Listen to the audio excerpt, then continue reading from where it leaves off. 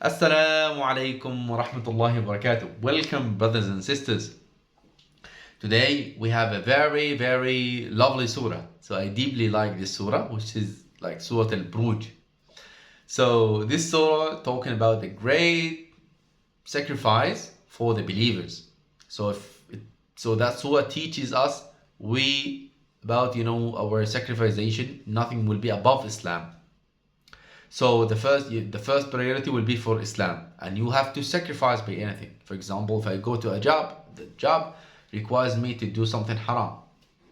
For example, taking off, if you are a woman, taking off your hijab, or serving, for example, wine or something like that. So I have to sacrifice by my job in order to preserve my iman.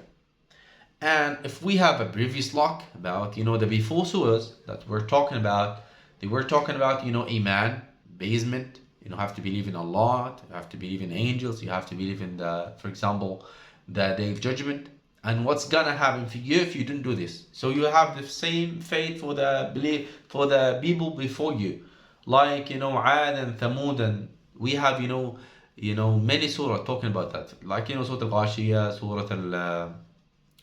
Surah Al-Ghashiyah, and Surah Al-Fajr.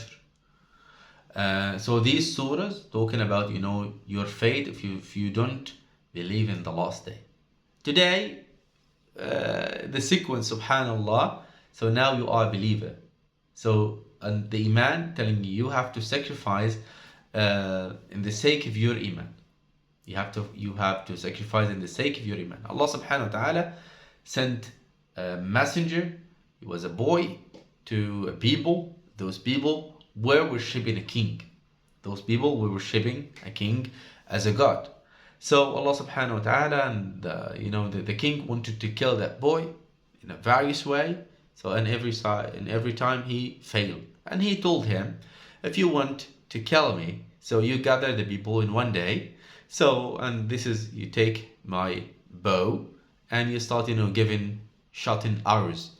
If you got a scratch in your face, you don't die.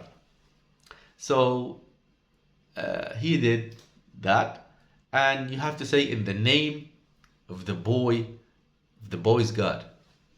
In the name of the boy's God, you may die.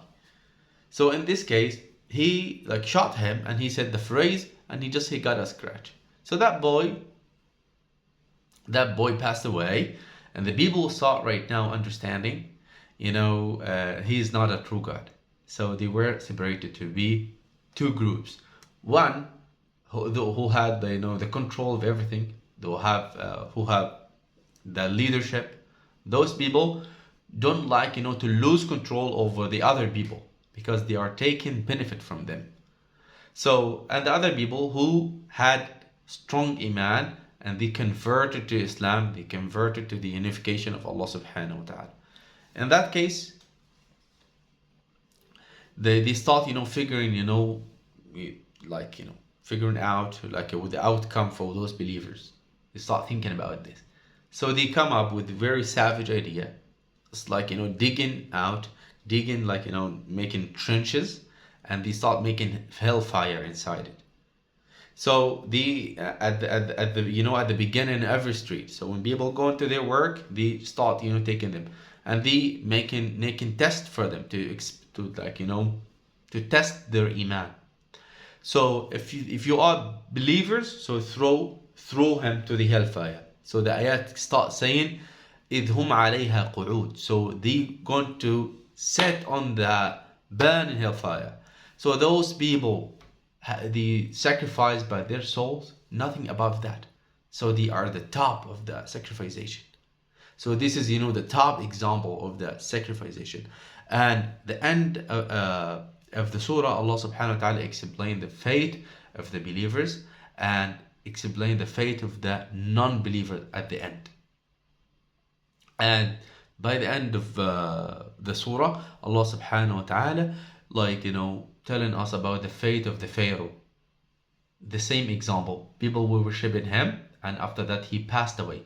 So nothing is above Allah subhanahu wa ta'ala, and nothing is above Islam.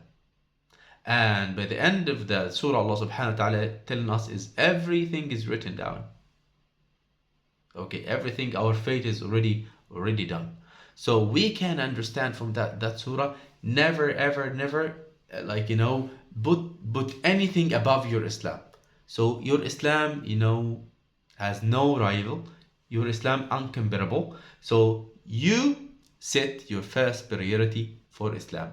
And when you have this, when you're being Muslim, so you have to pay tax for preserving your iman.